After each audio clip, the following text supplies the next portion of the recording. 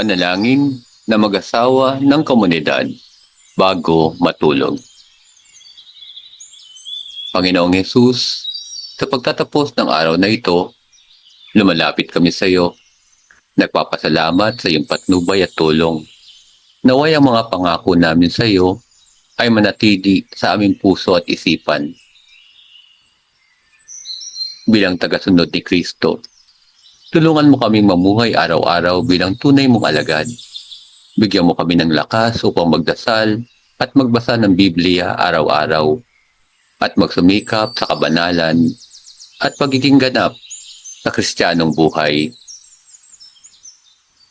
Sa pagtataguyod ng matatag na pamilya para kay Kristo, gabayan mo kami sa pag-uukol ng oras at pagsisikap para sa aming tahanan at pamilya.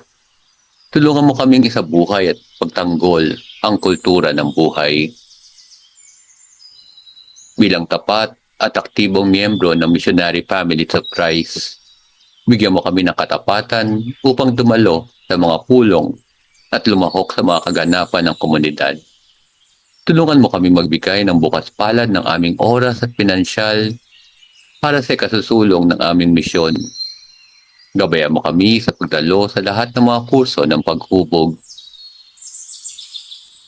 Bilang saksi sa mundo ng pag-ibig ng Diyos, tulungan mo kaming aktibong mag-ebanghelyo at gumawa ng misyon.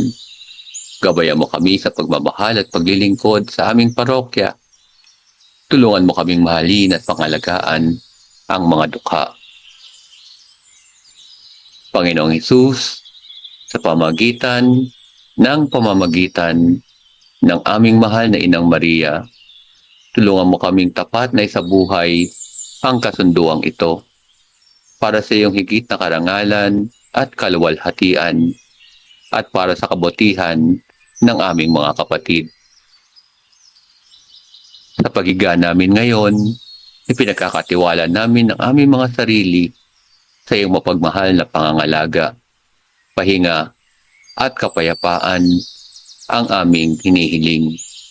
Sa pangalan ni Jesus, Amen.